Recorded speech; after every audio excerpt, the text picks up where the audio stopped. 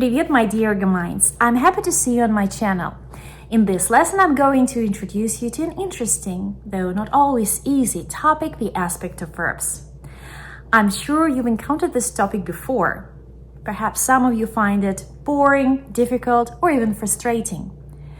Let's take a closer look at what it is, why it's important, and how we can use it in our speech. Let's get started. I'm sure you're familiar with the situation when you look up a word like write, say music, or compose music to translate it into Russian, and the dictionary gives you two verbs, писать and написать. You might wonder whether there is a difference between these two verbs and which one you should choose for your sentence. To understand the difference between these two verbs, it's important to first grasp the concept of verb aspect. The aspect of a verb indicates whether the action it describes is completed or still ongoing. In other words, the aspect helps us express whether an action is finished or in progress. There are two main aspects, perfective and imperfective. Perfective – совершенный вид, and imperfective – несовершенный вид. I gave you a shortened version of these names in parentheses. We will need them later in this lesson. The perfective aspect refers to an action that is completed or considered as a whole, often with a focus on the result, while the imperfective aspect describes an action that is ongoing, repeated, or habitual. The verb написать is a perfective verb indicating a completed action, whereas писать is perfective, implying an ongoing or habitual action. An interesting thing to note is that perfective verbs are not used in the present tense. Only imperfective verbs are. However, both perfective and imperfective verbs are used in the past and future tenses. So if your sentence is in the present tense, you should always use imperfective verbs.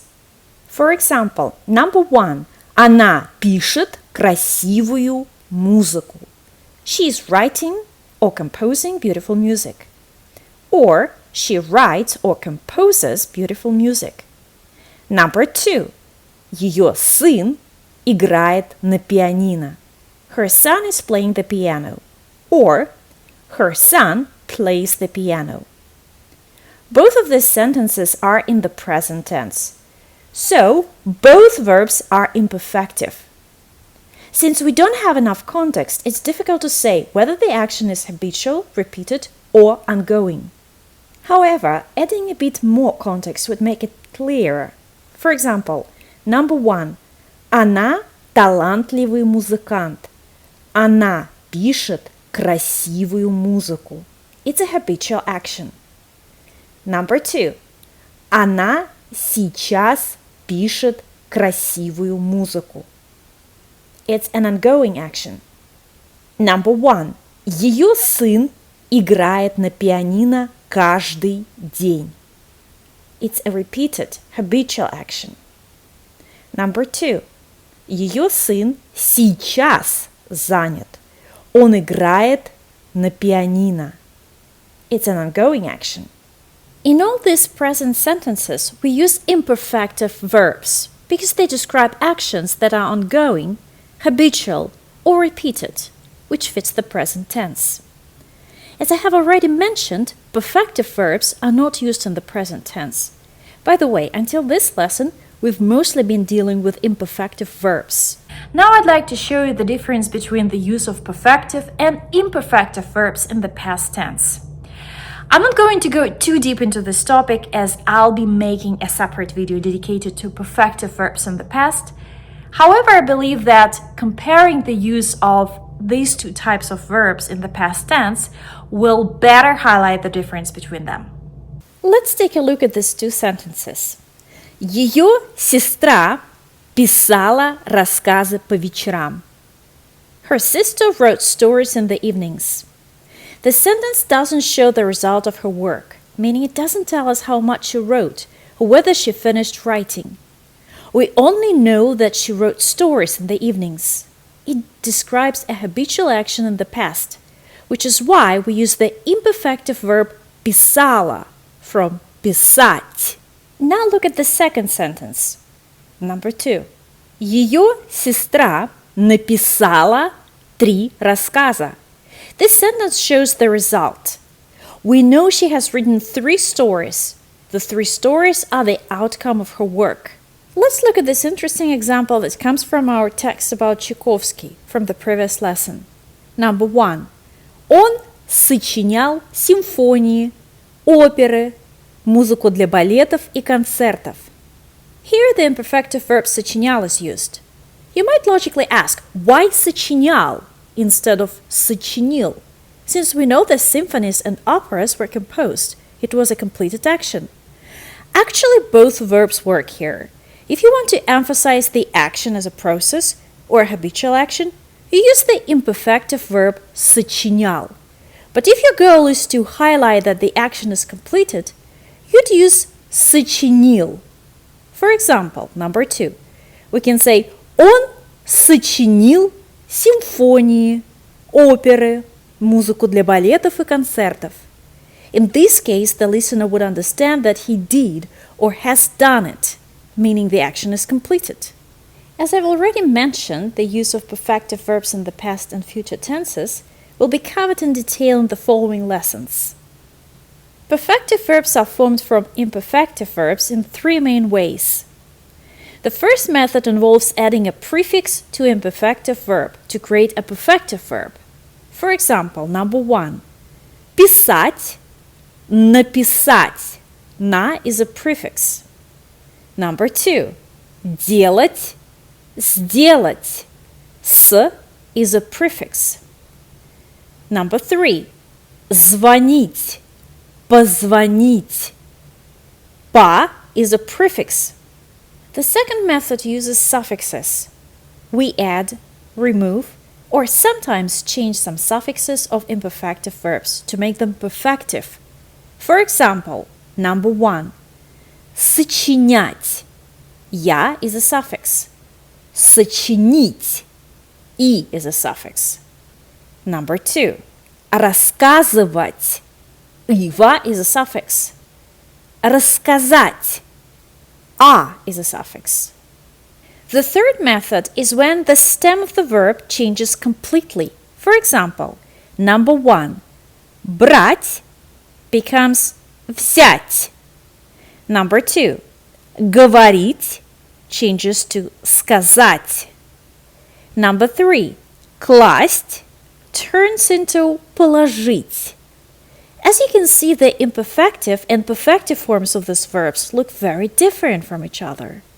You might be wondering how to remember all these suffixes, prefixes, and how to figure out which method is being used when you encounter a new verb. Don't worry, a simple tip is to remember both the perfective and imperfective forms together. Instead of just memorizing писать, make sure you also remember написать. It's a good idea to use a dictionary that provides both the perfective and imperfective forms of verbs, so you don't have to learn them separately. Let's see how it works in practice. Exercise 1. For this exercise, you will need a dictionary that you use to learn Russian. Look at the verbs I have prepared for you, and using the dictionary, write the imperfective or perfective form of each verb in the table. For example, писать. It's an imperfective verb. What's the perfective form of this verb?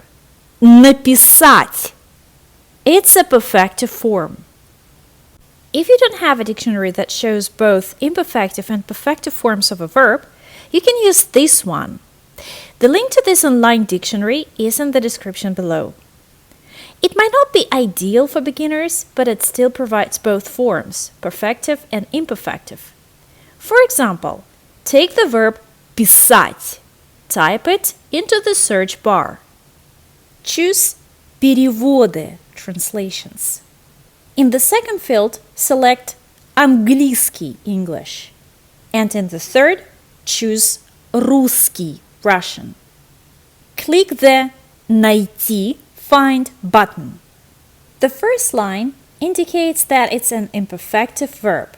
Now let's find here the perfective form. The fourth line gives us the perfective form of the verb, which is написать. It's great if your dictionary has this feature, but if not, you can use this one for this exercise. Don't forget to pause the video to fill in the table. Sometimes one imperfective verb can have more than one perfective form. You need to write all of them. Now let's get started. Check your answers. Number 1. Умирать.